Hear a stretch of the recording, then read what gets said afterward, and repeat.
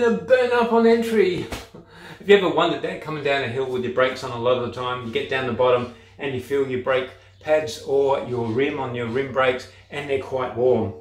On your disc brakes, you touch the rotor, see how hot that is. That can be really hot, and rightly so with all that braking. So is it any wonder then, in the racing industry of motorbikes and cars, that they use larger disc brake rotors and larger calipers to distribute the heat? Not only that, but to increase the power of their braking and the control of their braking. So does that mean we all should go out and get the largest diameter rotor with the beefiest calipers we can fit on our bike? No, not necessarily. Even though the discs we have today can get up to 180 degrees Celsius, that's pretty hot, it doesn't mean your brakes are going to fail. And also we have two factors. You have the cooling from the wind going past, cooling your rotors and the calipers consistently. And you also have good design of rotors like the Shimano Ice-Tech, which distribute the heat rather quickly. So the average, going down from the maximum temperature to the ambient temperature again, the average is about 15 to 20 seconds cooling down period. So unless you're coming down a hill and each corner you come into is less than 15 seconds apart from each corner, then you're pretty much going to be okay.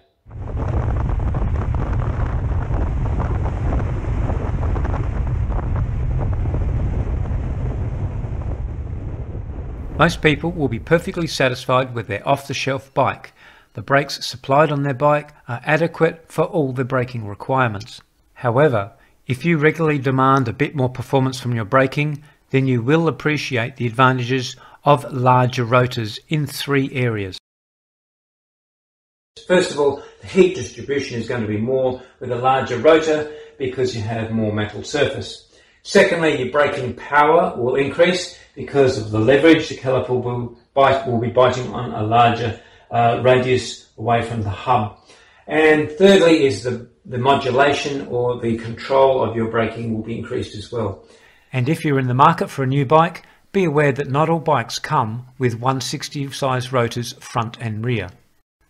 As you come down in price, you'll find there's 140s on front and the rear, or sometimes a combination, and it's usually 140 on the rear and a 160 on the front. Here's a nice bike, Giant Defy Advance 1. Scroll down in the specs, have a look at the rotors, and it says 140 in the rear and 160 on the front. So, are you ready to upsize your rotors? Let's do it. Remove both front and rear wheels. First you need to consider what rotor attachment you have to your hub. It's either 6-bolt or it's a Shimano center lock system. With center lock, the rotor slides onto splines on the hub and the lock ring screws into the hub to hold the rotor in place. If you've got the 6-bolt system, then your rotor is simply fastened to the hub with 6 bolts, and you may also need to use tightening plates. For your center lock, there's 2 types of lock rings. Make sure you use the matching tool, either internal or external tool engagement. For the 6-bolt fitting, the bolts will be either a Torx head or an Allen head, and it's a good idea to use a torque wrench to tighten those bolts, and usually you'll find those fittings come in the torque wrench kit. So, buy the appropriate rotors according to what you have. Next is to remove your old 140 rotors. If it's a 6-bolt, undo those 6 bolts and the rotor just comes off. If it's a center lock system, you'll need a tool like this.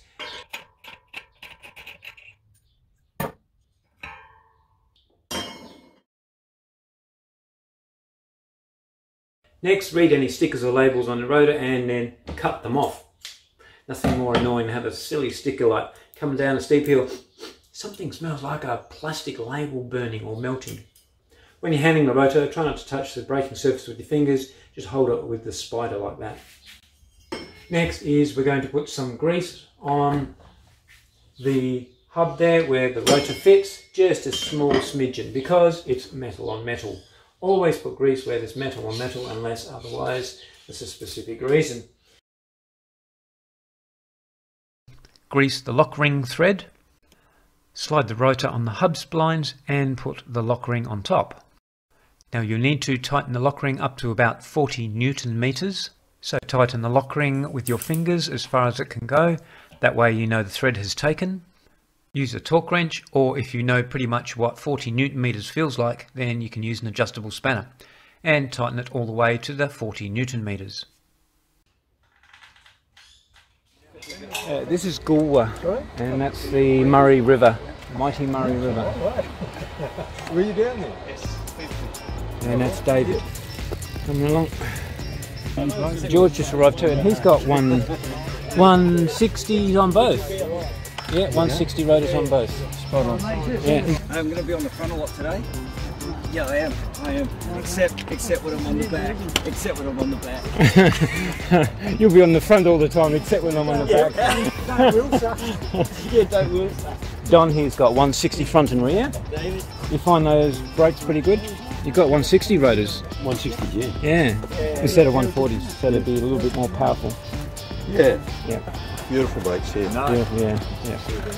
So rear and front. The difference was just massive. Coming back. Windbrakes. Yeah, just with one finger. Because now I can just, with one finger, well, less than one finger, you know, just a touch. And you've got some effective braking. Oh, absolutely. Yeah. Now that you've got your 160 rotors on your front and rear wheels, it's time to adjust your calipers on your bike to accept the 160 rotors. So on your front caliper, you'll see on the bracket it says up for 140. If you go around to the inside of your caliper, inside of the fork, it'll say up for 160. So that's what you need. First thing to do is take the little safety pin out. Next is remove the safety clip here.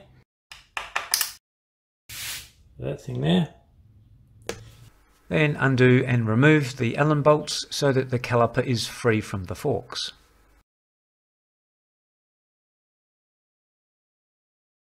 Behind the caliper, it's also two 4mm bolts. Undo them.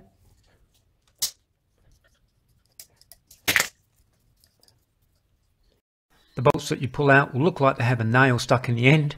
The nail head is held there by the safety clip, so if the bolt there ever does loosen, the bolt can't come out, so you'll always have brakes that work. Turn the adapter plate around and then up the other way so that the 160 arrow points upwards. Reinstall those two bolts and tighten them up. Now mount the caliper to the fork with those other two bolts. Make sure there's enough thread locker on the bolt threads before you put them in.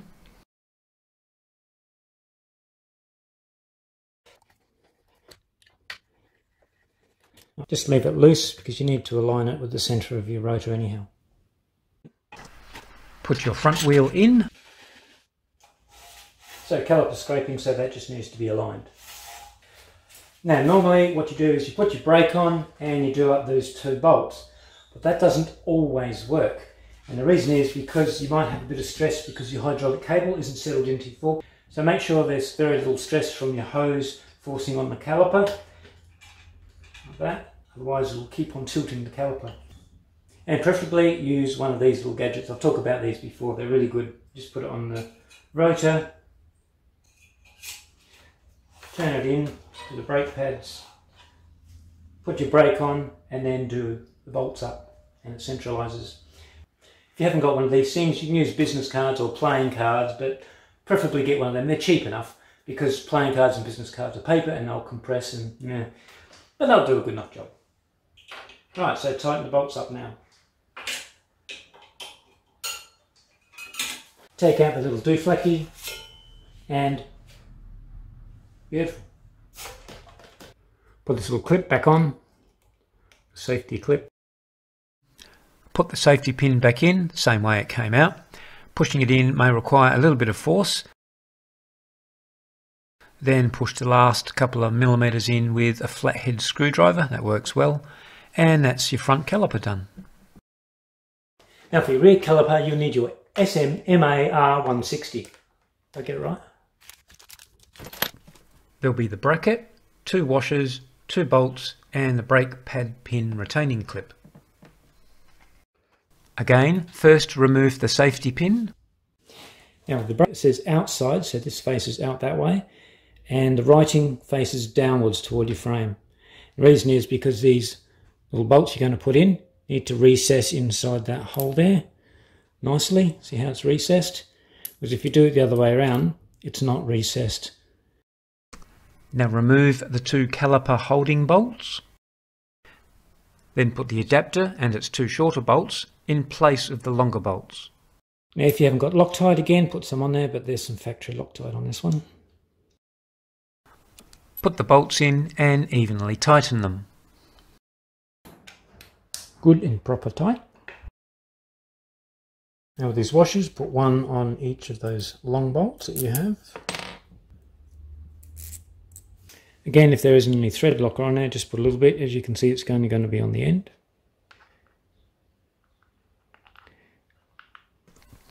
Insert the bolts through the frame and into the adapter body threads. Do up the bolts just short of tight so that the caliper's in place on the frame but loose, just like we did with the front caliper. Put your rear wheel in and tighten it up. Now while your caliper's loose, put that disc caliper alignment tool in place between your brake pads. And hold your brake lever on as you do up those 2 bolts. Remove the shim, and that should be it.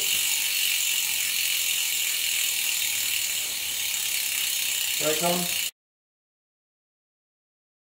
Don't forget to put the safety pin back in. Put it in the right way. Push it in. Flat edge screwdriver. Beautiful. And remember this little snap retainer came with the kit. That just goes on the end of that bolt there. Like that. All done, but before you go for a ride, always make sure that the bolts you put in are tightened up to the right torque.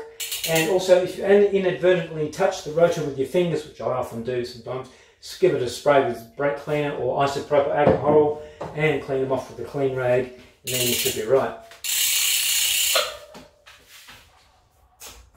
Alright, all ready for the ride tomorrow. There he is. There's Andrew. Well, a bit windy, isn't it? Yeah. That's right, we went in some bluff before and doing about 20 k's an hour going out there and about 45 on the way back. Oh man. It's really windy this morning. There's a few surfers out too because of the swells up. Anyhow, so the 160s I've got on both bikes now, both the Canyon and the Oleo. So don't hesitate, 160s are just such a big improvement. Control wise and power wise is great downhill. So go ahead and get yourself some larger rotors. Okay, better go. Roger over and out. Bunch is meeting up out here. It's our Sunday morning bunch.